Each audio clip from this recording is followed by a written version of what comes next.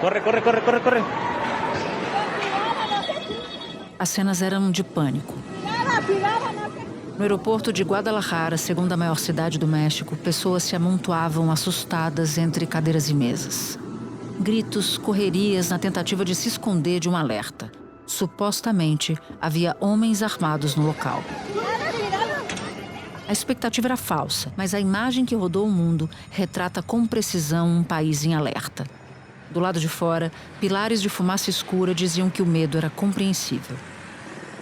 20 estados mexicanos, mais da metade do país, registraram ataques. Em Puerto Vallarta, um importante destino turístico, moradores e turistas registraram nuvens de fumaça em diversos pontos da cidade, além da presença de navios militares e helicópteros sobrevoando a região. Durante a confusão, 23 criminosos fugiram da prisão.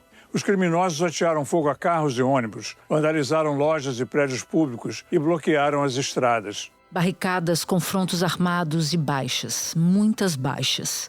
A conta até aqui ultrapassa os 70 mortos entre militares, policiais, agentes penitenciários e criminosos. Tudo em reação à execução de um homem. Emésio Oseguera Cervantes, conhecido como El Mencho, um dos homens mais perigosos do país, líder do cartel Jalisco Nova Geração. Em 2011, o cartel Jalisco Nova Geração se tornou independente sob a liderança de El Mencho. É o cartel mais agressivo que cresce mais rapidamente no México. É uma multinacional altamente militarizada, com presença na Ásia, na América do Sul, por exemplo, no Equador. Nos últimos tempos, foi deixando de escanteio a produção de cocaína e tem apostado mais no fentanil.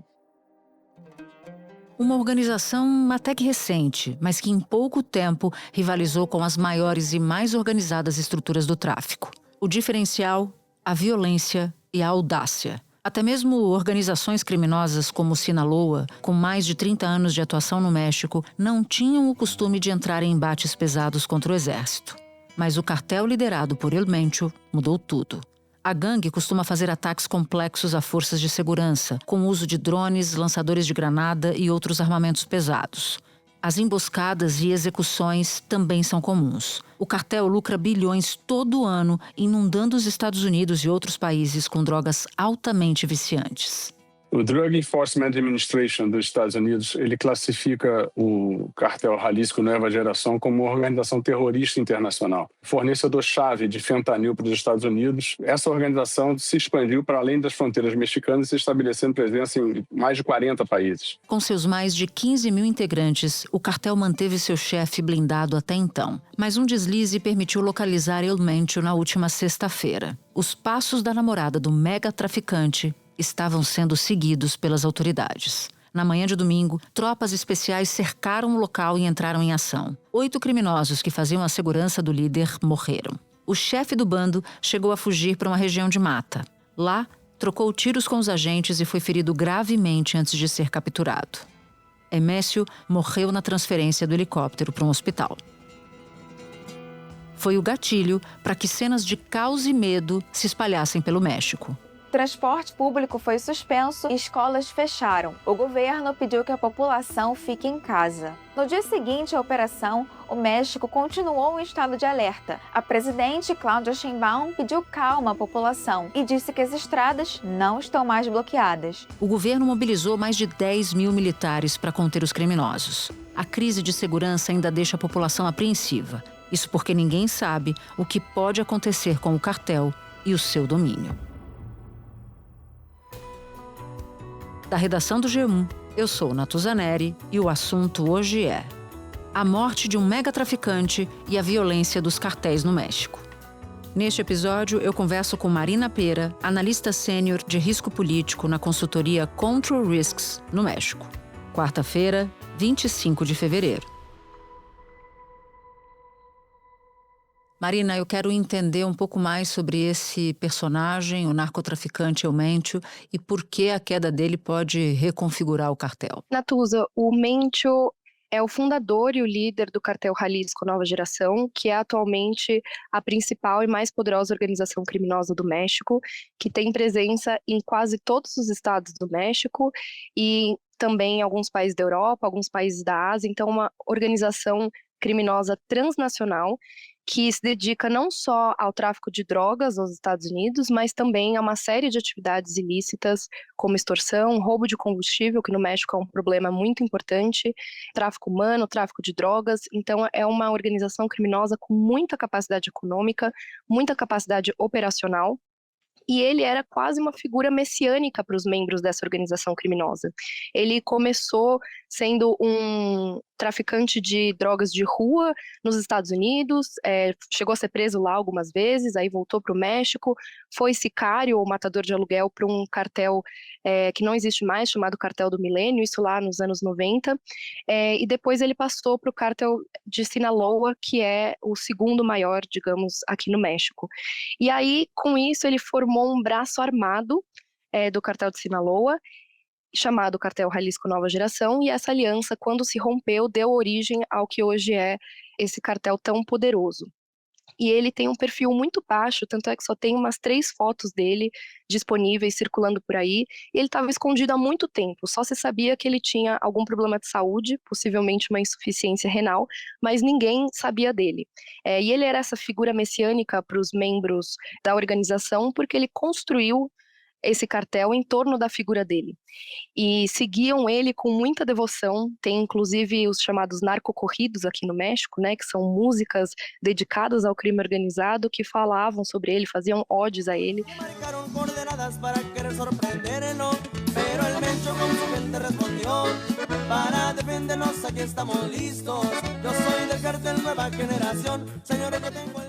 E agora, com a morte dele, vem um vácuo de poder, porque não tinha um sucessor muito claro.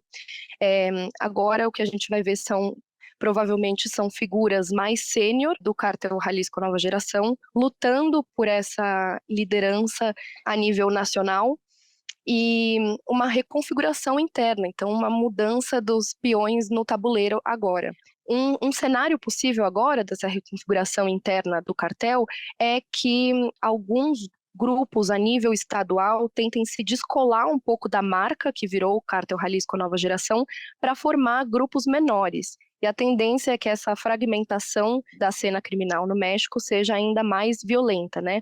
E isso porque um diferencial do Cártel Jalisco Nova Geração em comparação com outros é que atua quase como franquias a nível estadual, em que os líderes dos estados têm relativa autoridade e autonomia, né, embora a figura central sempre tenha sido o Mencho, e agora a gente pode ver, por um lado, algumas figuras sênior tentando manter a união do cartel e outras figuras a nível estadual tentando se descolar um pouco e afirmar uma liderança, ou seja, um momento de volatilidade e incerteza para o futuro do cartel. Eu quero voltar para o personagem. Você disse que ele era um líder messiânico. Como? O que ele dizia? Como é que ele cultuava a própria figura? Como a figura dele era cultuada pelos demais?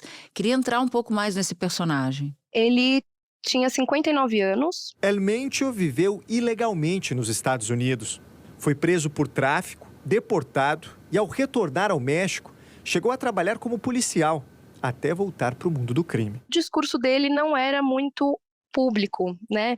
Como eu disse, ele era uma figura de muito baixo perfil, que não era visto em público, mas que o Cartel Jalisco Nova Geração atuava quase como um estado paralelo em lugares em que o Estado não chegava. Então, distribuía presentes no Natal, distribuía comida para a população mais carente.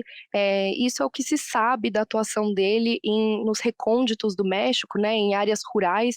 Por isso, existia uma celebração da figura dele como essa pessoa que estava lá para suprir carências.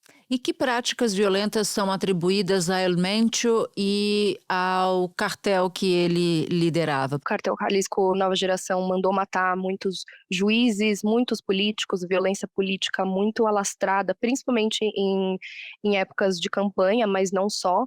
E, inclusive, teve um atentado em 2020 contra o atual ministro da Segurança Pública, Omar Garcia Harfuch, aqui na Cidade do México, que o Cartel Jalisco Nova Geração tentou matá-lo, porque justamente ele estava tentando fazer frente com uma mão dura ao crime aqui na cidade. Então, o Cartel Jalisco Nova Geração tem essa audácia, digamos, de enfrentar as autoridades públicas, mas além da esfera pública, a gente pode pensar, inclusive, em atividades predatórias do crime organizado contra empresas no México. É um problema muito grave, é o da extorsão. E não só essa organização criminosa, muitas outras extorsionam empresas para elas poderem operar, para poderem ter acesso a estradas. E se as empresas não aceitam e não cumprem com essas demandas, sofrem consequências também violentas. Pode ser sequestro de funcionários, inclusive morte. E aí também, sim, num outro nível, pensando nos rivais, uma violência muito marcada com matadores de aluguel, decapitações, os corpos são deixados nas estradas também como uma demonstração de força e demonstração do poder e da inclemência, digamos, dessas organizações criminosas. Então, é um cardápio de violências que o cartel está envolvido já nesses quase 20 anos de atuação, envolvendo diversos atores aqui no México, tanto públicos quanto empresas privadas ou inclusive cidadãos. O que mudou na política de segurança do México que permitiu a captura e a morte desse chefão do narcotráfico, do El Mencho? Em poucas palavras, o que mudou foi o Donald Trump. A política de segurança do governo mexicano anterior, do ex-presidente Andrés Manuel López Obrador, o AMLO, era muito mais reativa, né? Ele até tinha um slogan, abraços no balaços, abraços e não balas.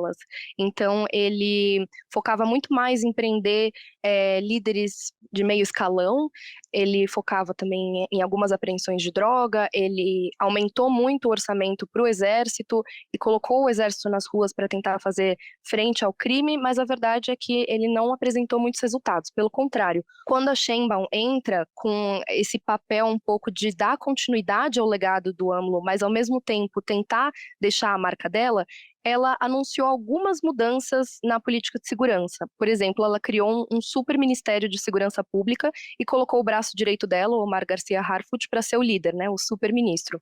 E ele foi desenvolvendo um pouco as capacidades de inteligência do México para tentar desmantelar os grupos criminosos. Mas aí chega Donald Trump, no segundo governo dele, colocando a segurança e o combate ao crime organizado no centro da relação bilateral com o México e, de maneira mais ampla, com a América Latina. E ele começou a demandar, a pressionar o México para entregar mais resultados no combate ao crime organizado, de uma forma mais contundente. Cartels are running Mexico. She's not running Mexico. The cartels are running Mexico. E ele condicionou as relações comerciais com o México com esses resultados de segurança. Então, colocou a Sheinbaum numa situação um pouco desconfortável em que ela teve que tomar medidas mais drásticas de segurança para tentar fazer avançar as negociações, principalmente de suspensão das tarifas, né? Então, o governo começou a mandar mais tropas para a fronteira para tentar conter o tráfico de drogas, principalmente de fentanil, e também de imigração irregular, e em muitos sentidos deu certo, ela conseguiu mostrar números, né, de que de fato o tráfico de drogas estava reduzindo, e começou a prender alguns políticos, principalmente do governo municipal, que estavam envolvidos com o crime organizado, destapou um esquema de roubo de combustível, também um esquema transnacional de roubo de combustível, prendeu algumas pessoas que estavam envolvidas, né, autoridades do governo, mas não estava sendo suficiente, Trump estava pedindo mais e mais. A informação de bastidor é que o próximo passo do governo Trump era pedir uma lista para o governo mexicano dos narcopolíticos, ou seja, políticos de todos os níveis do governo que estavam envolvidos com organizações criminosas, com o tráfico de drogas, e isso colocou a Sheinbaum de novo numa posição entre a cruz e a espada, né? Ela não poderia entregar essa lista porque envolveria muito possivelmente várias pessoas do partido governista do Morena. E ela já tem uma liderança um pouco mais frágil no governo porque existem figurões do partido do Morena que contestam um pouco a liderança dela. Então, ao invés de entregar essa lista, ela foi com um golpe mais claro e entregou a cabeça do Mencho numa bandeja de prata para o Trump com esse objetivo de comprar oxigênio. Já houve na história do México, ou pelo menos na história recente, um narcotraficante, um líder de uma organização cujo resultado tenha sido essa onda de violência, algo parecido na história? Sim, tem casos parecidos. Acho que a gente pode citar em 2019 a prisão do Ovidio Guzmán, que era um filho do Chapo, né, que atuava no cartel de Sinaloa. E a reação de violência foi tão forte, com tantos tiroteios, ameaças às forças de segurança e às autoridades do governo, bloqueios de estradas, ataques incendiários, foi tão forte que o governo acabou voltando atrás, soltando o Ovidio Guzmán, e voltaram a prender ele em 2023 e já extraditaram para os Estados Unidos, onde ele está hoje. Então, para a gente ver que a reação das organizações criminosas em operações dessa natureza são tão fortes que realmente pressionam o governo e criam uma instabilidade no ambiente de segurança.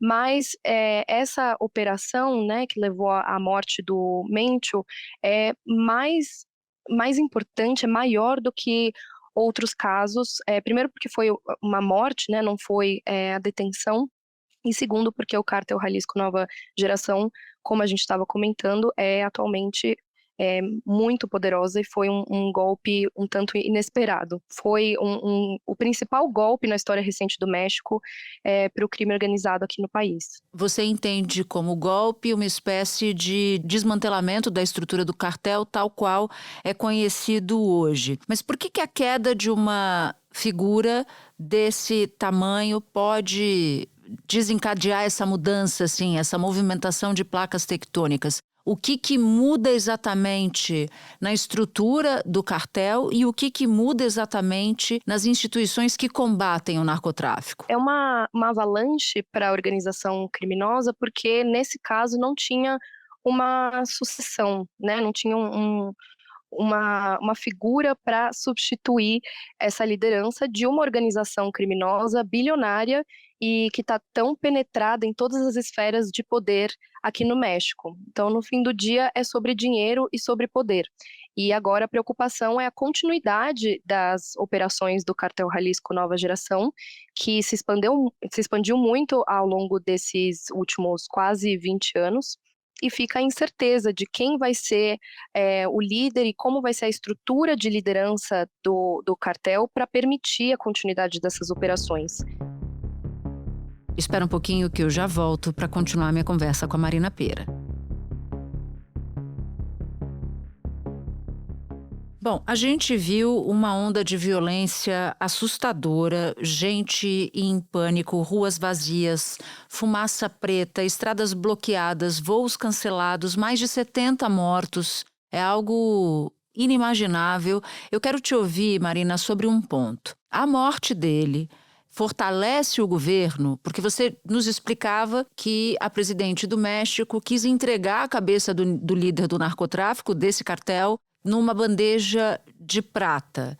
Mas eu queria te perguntar como é que isso está sendo percebido internamente. Está sendo percebido como força do Estado para combater o narcotráfico ou como fragilidade do Estado diante das cenas que o mundo inteiro viu nas últimas horas? As duas coisas, Natuza. Num primeiro momento, a opinião pública vê com bons olhos esse desenvolvimento, como uma mensagem que o governo está comprometido com o combate ao narcotráfico e que o governo tem agora a vontade política de ir atrás desse líder, né, da organização criminosa do Cártel Jalisco Nova Geração.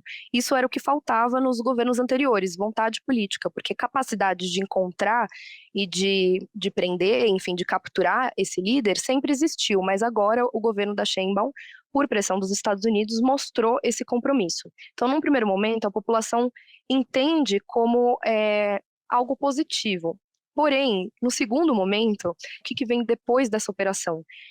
Por causa das ondas de violência que seguiram operações dessa natureza no passado, já se espera um pouco de pânico, de caos, de medo, de instabilidade, dessas mudanças de peça, como a gente estava comentando. Então, embora isso fortaleça o governo no primeiro momento, no segundo momento, a gente tem que ver qual vai ser a capacidade do governo de fazer frente a essa onda de violência. O governo pediu que a população fique em casa. A presidente Claudia Sheinbaum pediu calma à população e disse que as estradas não estão mais bloqueadas. Então, podem estar tranquilos de que se está resguardando a paz, a segurança e a normalidade no país. Como que o governo vai conter possíveis ondas de violência, incidentes de alto perfil no país inteiro. Como o Cártel Jalisco Nova Geração ele tem esses tentáculos espalhados por todo o território mexicano e a gente está antecipando focos de violência localizados, né,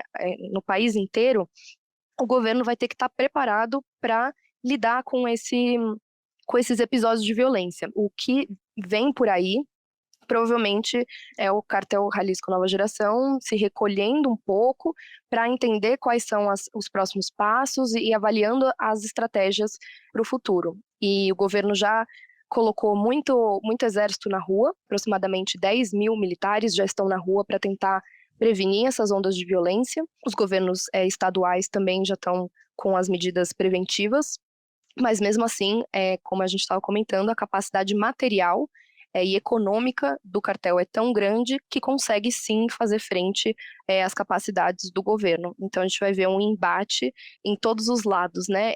Entre o governo e o Cártel Jalisco Nova Geração, também entre os grupos rivais e o cartel, e internamente o cartel para definir quem é a próxima liderança. Mas nesse caos que a gente viu nas imagens, a gente estava falando de quê? De reação dos comparsas do Eumêntio para mostrar para o governo quem manda mais, numa briga de gangues, de organizações ou da própria organização pelo comando do cartel, pela liderança do cartel ou outra coisa? Eu queria entender a origem das imagens que a gente viu. Foram os bandidos que fizeram isso?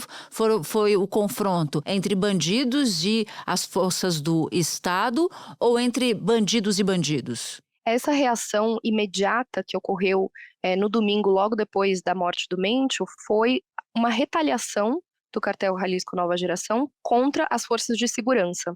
Começaram no estado de Jalisco, que é o bastião, né, do cartel, e já se espalharam para os estados ali ao redor de Jalisco, onde o cartel também exerce dominância, né, muita influência. E Marina, a cena da captura e morte dele é uma cena muito, muito impressionante, porque a gente dizia na abertura do podcast que eles monitoraram a namorada e foi por meio do monitoramento da namorada que se chegou até ele. Mas eu queria entender se já se sabe se os Estados Unidos tiveram participação na captura, na localização do Eumêntio.